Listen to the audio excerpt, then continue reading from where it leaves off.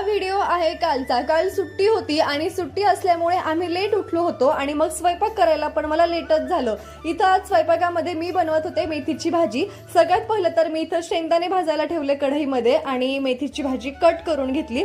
त्यानंतर लसूण निवडून घेतला, 4 ते 5 हिरव्या मिरच्या, अर्धा टोमॅटो कट करून घेतलं आणि शेंगदाणे जे थंड झाले होते ते मिक्सरच्या भांड्यामध्ये टाकून याची बारीक पेस्ट बनवून मी घेतली।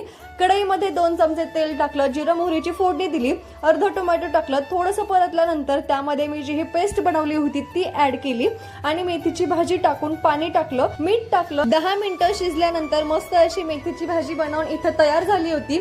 मस्त असं दोघांनीही जेवण केलं आणि नंतर संध्याकाळी आम्ही मंदिरामध्ये गेलो होतो। सुट्टी होती ना, म्हटलं चला आज जाऊन येऊया मंदिरामध्ये, पण सुट्टी असल्यामुळे भयंकर गर्दी होती। मग काय तिथं थोडा वेळ थांबलो, बाहेरूनच दर्शन घेतलं आणि तिथं आवाज भजनाचा येत होता आणि तो आवाज ऐकल्यानंतर श्रव टाळ्या वाजवत होती। हे बघून आम्हाला खूप छान वाटलं। तिथून निघालो आणि नंतर एका दुकानामध्ये थांबलो, कारण उद्या धुलीवंदन आहे आणि आम्हाला कलर घ्यायचे होते। श्रवसाठी पिचकारी पण घेतली आणि हे सुके कलर ना मला खूप जास्त आवडतात। मग तेच कलर घेऊन घरी आलो। भेटू नेक्स्ट व्हिडिओ मध्ये।